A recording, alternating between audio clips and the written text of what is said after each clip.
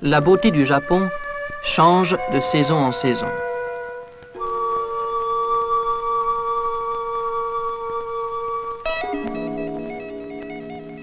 Ici vivent des artisans et des ouvriers amoureux de beauté et de perfection, transmises de génération en génération.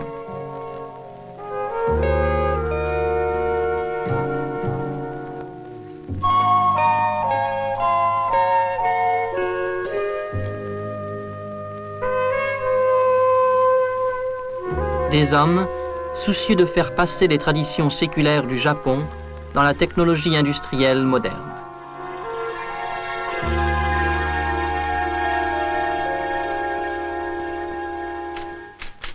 En 1950, pendant la guerre de Corée, un article du New York Times faisait l'éloge des appareils photographiques et objectifs Nikon. La démonstration de leur qualité venait d'être faite dans des conditions particulièrement sévères. Depuis cette époque, les produits Nikon sont utilisés dans de nombreux domaines dans le monde entier.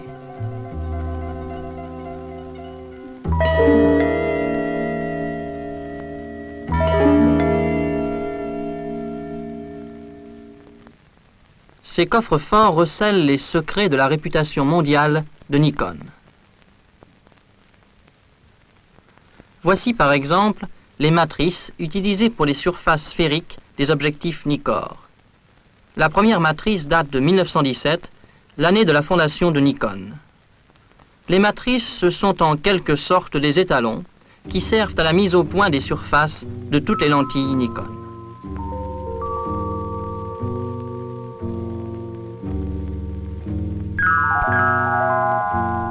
Depuis la création de Nikon, il y a plus d'un demi-siècle, 3200 étalons comme celui-ci ont été fabriqués.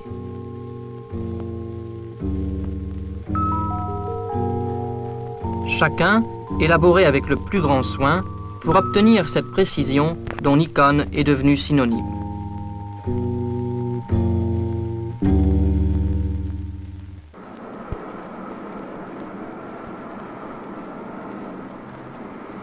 Voici un des fours où sont fondus à une température supérieure à 1000 degrés les matériaux qui sont à l'origine des optiques Nikon.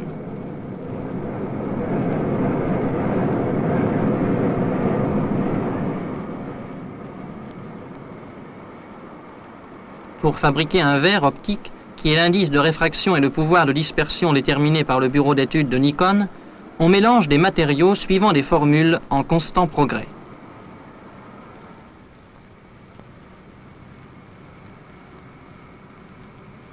Aujourd'hui, Nikon dispose de plus de 200 types de verres optiques.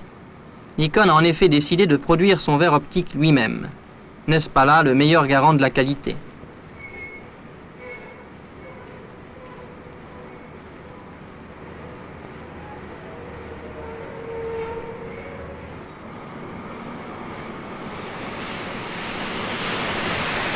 Voici donc comment naît le verre optique de Nikon.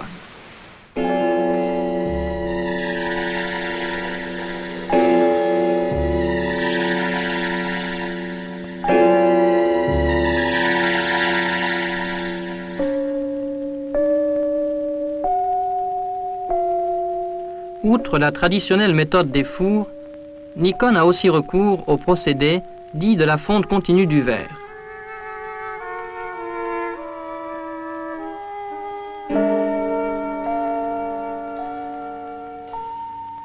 À un œil inexpérimenté, ce morceau de verre peut paraître sans défaut. Mais ce contrôleur est capable d'y découvrir la plus petite imperfection.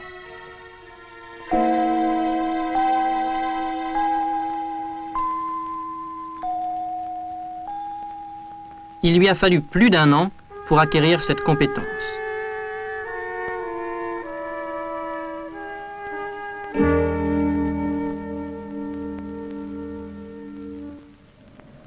Vous voyez ici quelques échantillons de verre optique Nikon que l'on est en train de polir pour vérifier leurs indices de réfraction. S'il existe la moindre différence de planéité entre les échantillons et la matrice modèle, elle est immédiatement révélée par un phénomène visuel dénommé anneau de Newton. Pour déterminer correctement l'indice de réfraction, les surfaces d'un échantillon doivent donc être polies avec un maximum de précision. Le verre est poli plusieurs fois jusqu'à ce qu'il atteigne la planéité exigée.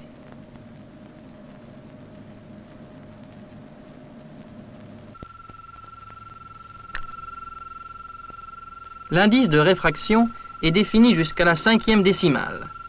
Une mesure aussi rigoureuse est indispensable si l'on veut obtenir la précision exigée par le bureau d'études. Pour fabriquer du matériel optique aux performances élevées, Nikon commence par fabriquer son verre de haute qualité, son propre verre optique, qui finalement est la base même de toute l'optique.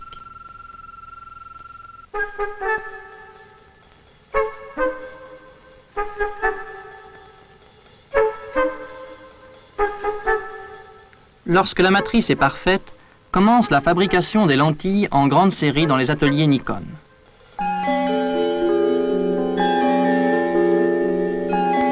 Ces polissoirs ont été mis au point récemment. Ils prouvent la grande efficacité des procédés de fabrication Nikon.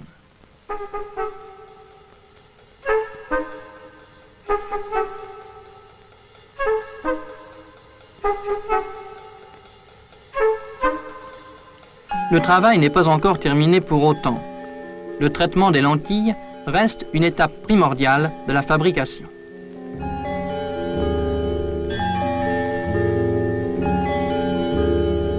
En général, pour éliminer les réflexions qui se produisent à la surface des lentilles et pour améliorer la transmission de la lumière, on applique aux objectifs une couche de fluorure de magnésium d'une épaisseur inférieure à 0,2 microns.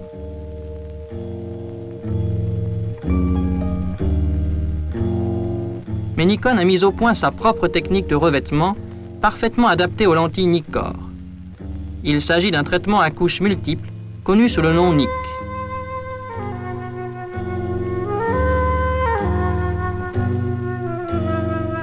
Cette machine, grâce à laquelle les différentes couches sont appliquées sous vide aux lentilles, a elle aussi été mise au point par Nikon.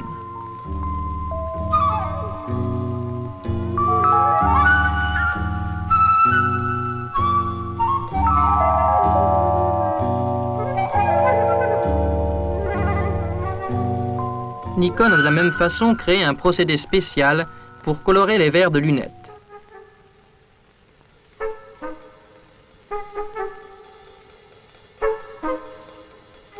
La technique dite de l'échange d'ions garantit la stabilité de la couleur.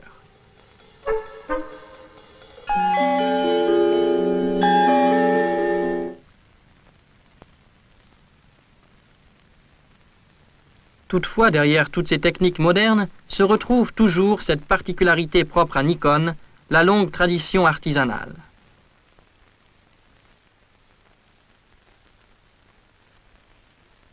Prenez ce polissoir, par exemple. On le couvre de poids, on le chauffe avant d'y appliquer la pression de la main. Tout cela exige énormément d'adresse et de savoir-faire.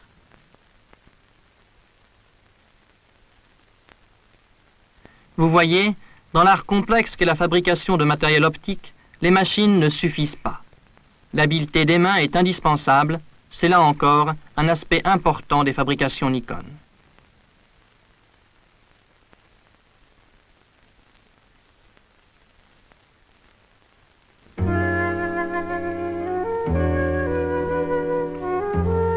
Voici la station Kiso de l'Observatoire astronomique de Tokyo.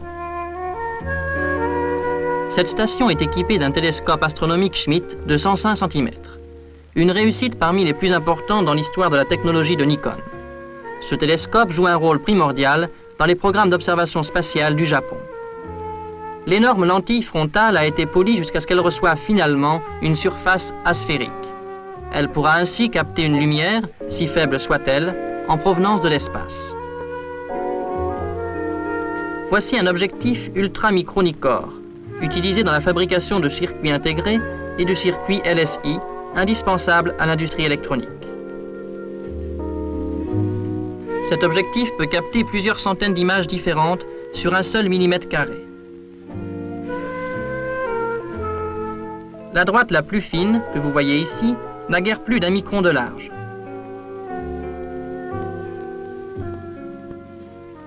Comme vous le voyez, Nikon fabrique une grande variété d'optiques, des objectifs les plus complexes aux simples lunettes.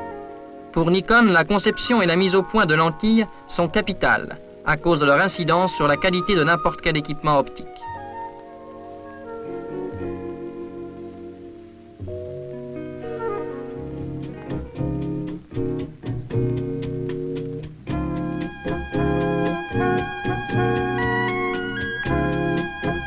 Les ordinateurs aussi ont un rôle à jouer dans la création d'une optique.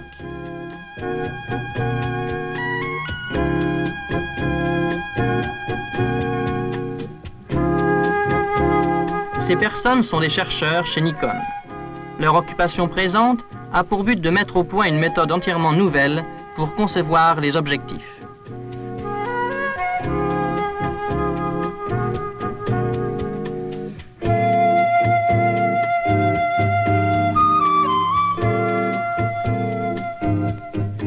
Ces chercheurs et tout le personnel technique de Nikon sont responsables de la conception du matériel optique des années à venir.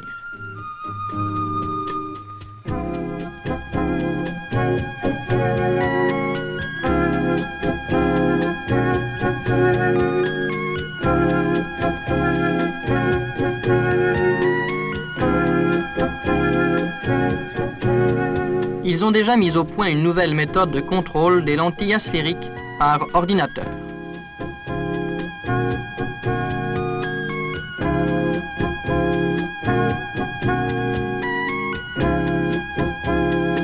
Suivant la méthode traditionnelle, on fabrique d'abord une matrice et on contrôle les lentilles en les apposant contre elles.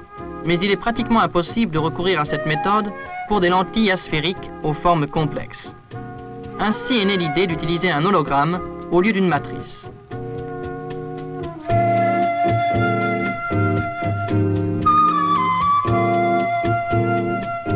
Suivant cette méthode, un premier modèle est dessiné par l'ordinateur. Il est ensuite reproduit et finalement projeté par laser. La lentille asphérique est alors contrôlée par superposition. Les écarts sont indiqués par des anneaux de Newton.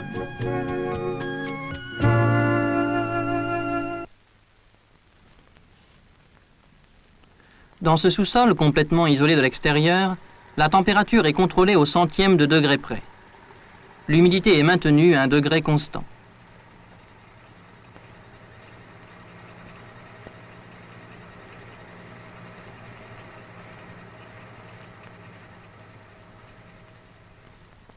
C'est ici que fonctionne la machine à graver.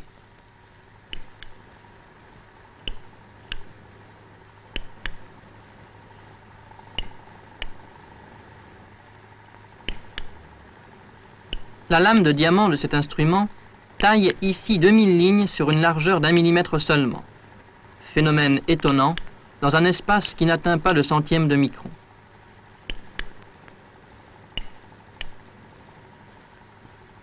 L'instrument est insensible à la moindre vibration, car il a comme support un dispositif anti-choc monté sur un bloc de béton de 25 tonnes entièrement enterré.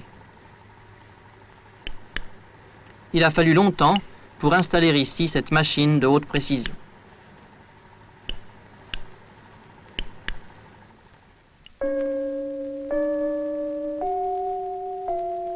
Le dépôt de pistes à graduation microscopique est une autre technique de pointe de la fabrication de matériel optique à laquelle Nikon a eu recours depuis sa fondation.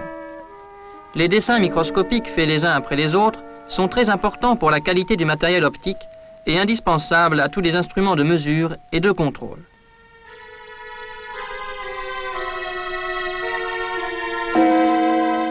Du système de codification photoélectrique utilisé par les machines-outils à commande numérique jusqu'au posemètre d'un appareil photographique, Nikon recourt aux mêmes techniques de dépôt par métallisation.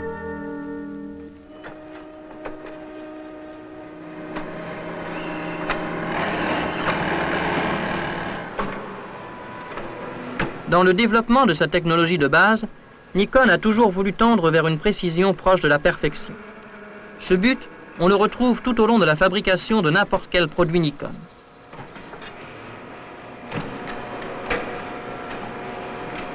C'est pourquoi Nikon ne se contente pas d'utiliser les machines-outils les plus perfectionnées du marché, mais construit également ses propres machines pour répondre aux sévères exigences de qualité de ces produits.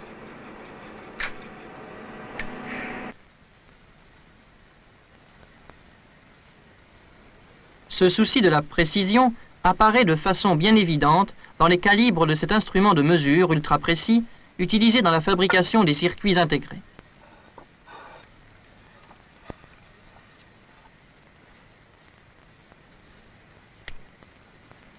Normalement, les calibres reçoivent une finition à l'abrasif. Mais cette machine, étant destinée à des applications de haute précision, Nikon effectue la finition du calibre avec le procédé déjà utilisé pour polir les objectifs. Comme vous le voyez, lorsqu'on descend sous le micron, la tolérance angulaire du mouvement des instruments de mesure ultra précise doivent être inférieures à 1 seconde.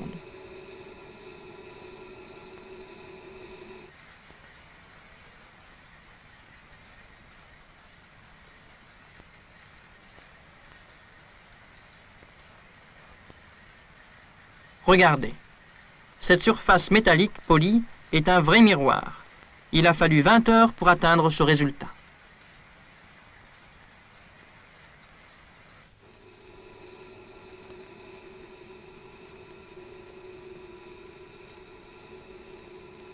Le contrôle final est encore plus strict. Car cet autocollimateur détecte les erreurs de l'ordre de la seconde.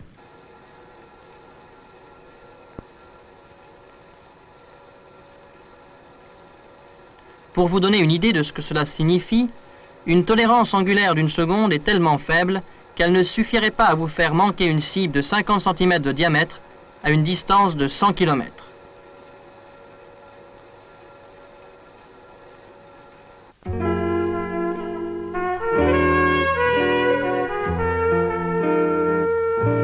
Vous trouverez la même précision Nikon dans le contrôle de qualité des chaînes d'assemblage. La coordination entre les techniques très évoluées d'assemblage et le contrôle sévère de qualité est totale.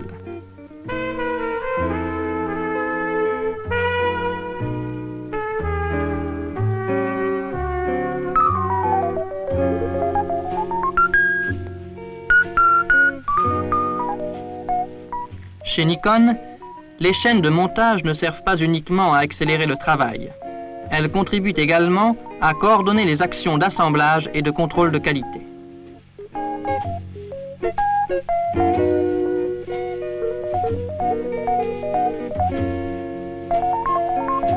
Cela signifie que les produits en cours d'assemblage sont soumis à un contrôle et en conséquence à des ajustements aux différents stades de la chaîne.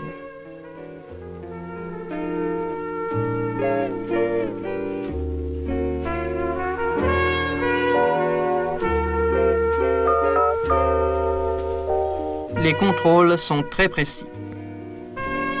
Pour garantir une précision absolue, un groupe de 10 collimateurs est utilisé pour la vérification des instruments de contrôle.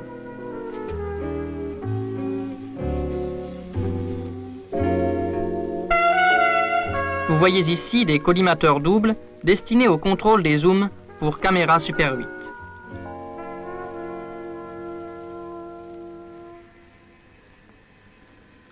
Les prismes utilisés pour les spectromètres doivent être 300 fois plus précis que ceux des jumelles.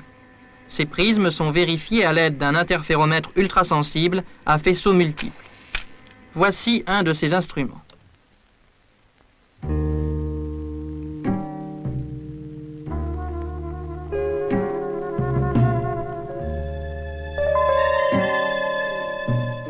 Nikon, qui à l'origine fabriquait des lentilles, a toujours recherché la perfection optique la plus grande.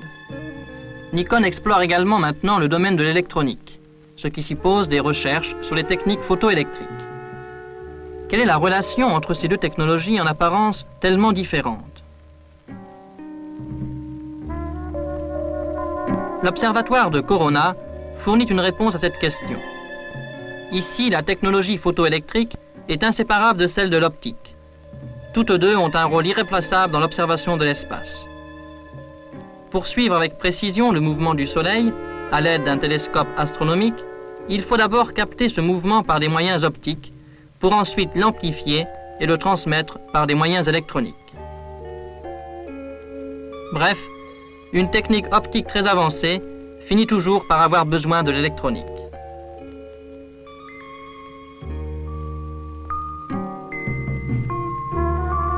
Voici la machine de mesure XY à laser qui mesure automatiquement les dimensions des angles et des lignes des circuits intégrés.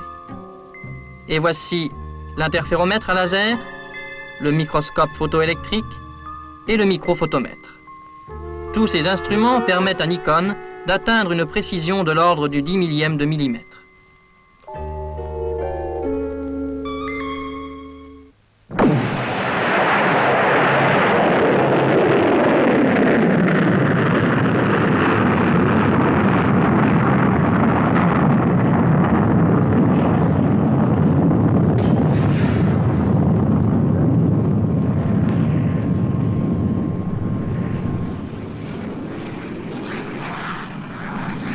Les systèmes de suivi des trajectoires des satellites spatiaux, les caméras pour photographier le fond de l'œil, les microscopes sont autant de domaines où la technologie de Nikon continue à progresser.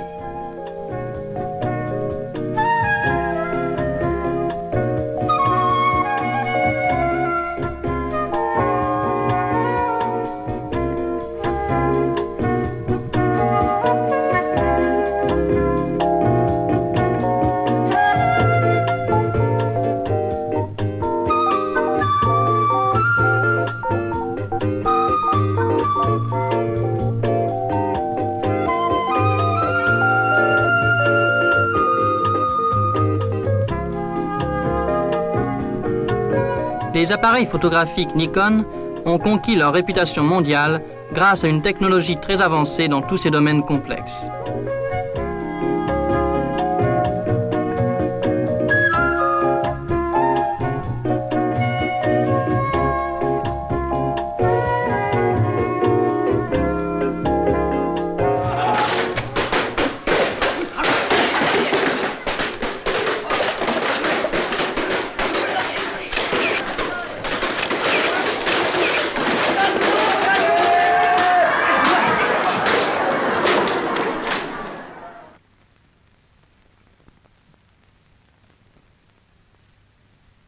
Et alors même que sont mises au point des techniques très sophistiquées, commence la fabrication d'une nouvelle matrice d'objectifs.